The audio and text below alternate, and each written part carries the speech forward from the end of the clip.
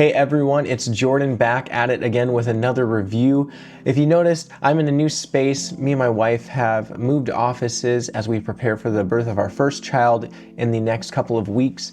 And while it's a different space and we're not quite settled, I think it'll be good for future videos. So we're excited about that. Today we got another review and I think it should be a fairly quick one and a rather fun one. It's a paddle I've been playing with for a few months now, and that is the Blade X Control and the Blade X Power by Pakle Pickleball.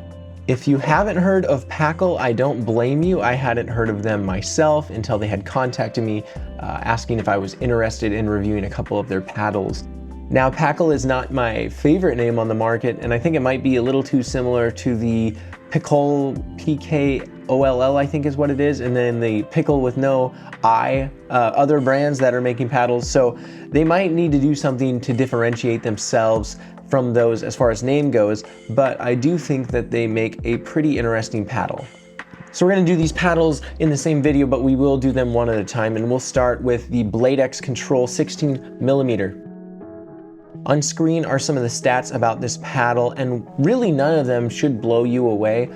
It is a hybrid shaped paddle, and the way that it is tapered and the way that the handle is, I got a lot of comments from people thinking it had like a small face, which is interesting because when you put it alongside other paddles, it really doesn't look that different, but it is a little jarring just because it's a new shape and it's a little less similar to some paddles that you might own than you think.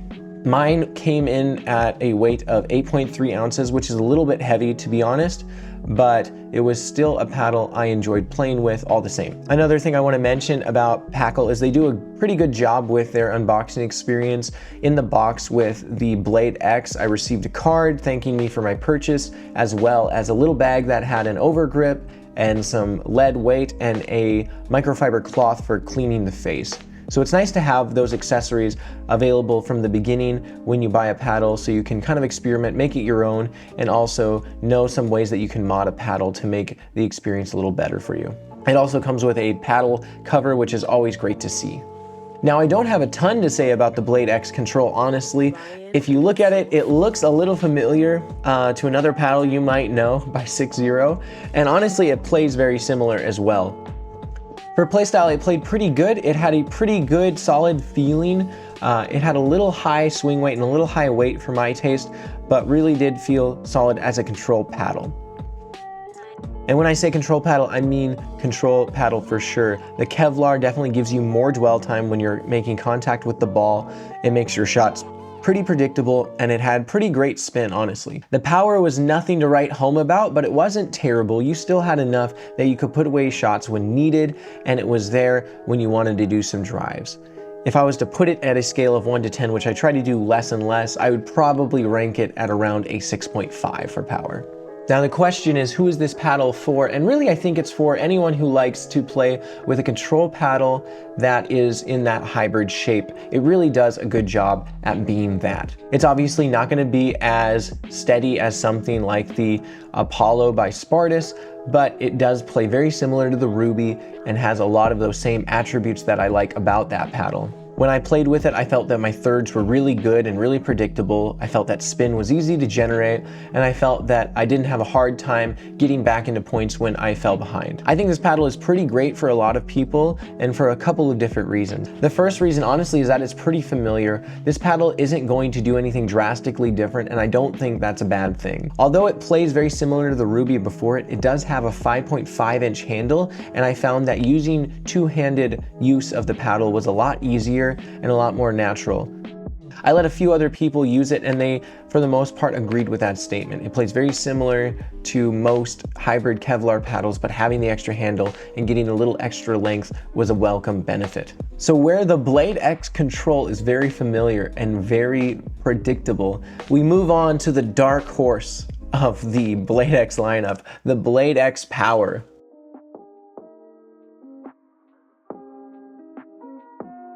The Blade X is a 13 millimeter paddle, and instead of having a full Kevlar face like the Blade X Control, the Blade X Power has a Kevlar and carbon fiber blend, and we've seen this on a couple paddles before. The most notable for me is the Fat Boy by Bread and Butter. Now, where the Blade X Control is very much a control-oriented paddle, I was actually surprised that the Blade X Power was as much of a power paddle as it ended up being. Now, this is not a Gen 3 paddle by any means or anything crazy like that, but for a Kevlar and carbon fiber faced paddle that's only 13 millimeters, I didn't really know what to expect, and what I got was a very powerful and very poppy paddle for a more all-court design. Drives felt really good with this paddle, putaways felt really good with this paddle, and the one thing that was hard for sure was the poppiness. I popped up the ball more times than I care to admit trying to get used to it, but all in all, once I got used to it, I learned how to use this paddle to my advantage. Again, I really like this shape, so it had a good swing through, in my opinion, that made drives feel natural and very, very nice. Now, the spin on the paddle was pretty good. I wouldn't say it was as good as the controls because that has the full Kevlar blend, but this felt very similar to something like the Double Black Diamond or the Huarache by 11624. Another thing though that I would mention is, well, it feels pretty good when you hit in this center sweet spot area. There's a lot of deadness on the sides of the paddle. Now, they've improved this for sure since the original model I played with, but I would still consider adding lead either to the sides or the corners just to improve that stability even further. I really had a good time playing with this paddle, and I felt that in the sea of more control-oriented paddles coming out right now, this is definitely a welcome addition, leaning more towards the all-court.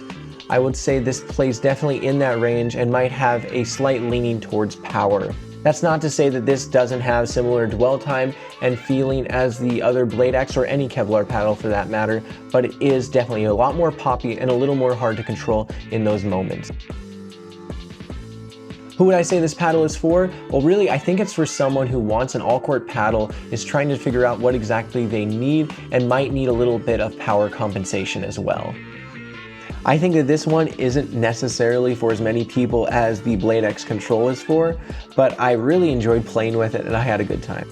One thing to keep in mind, however, is that I do prefer paddles that are a little heavier.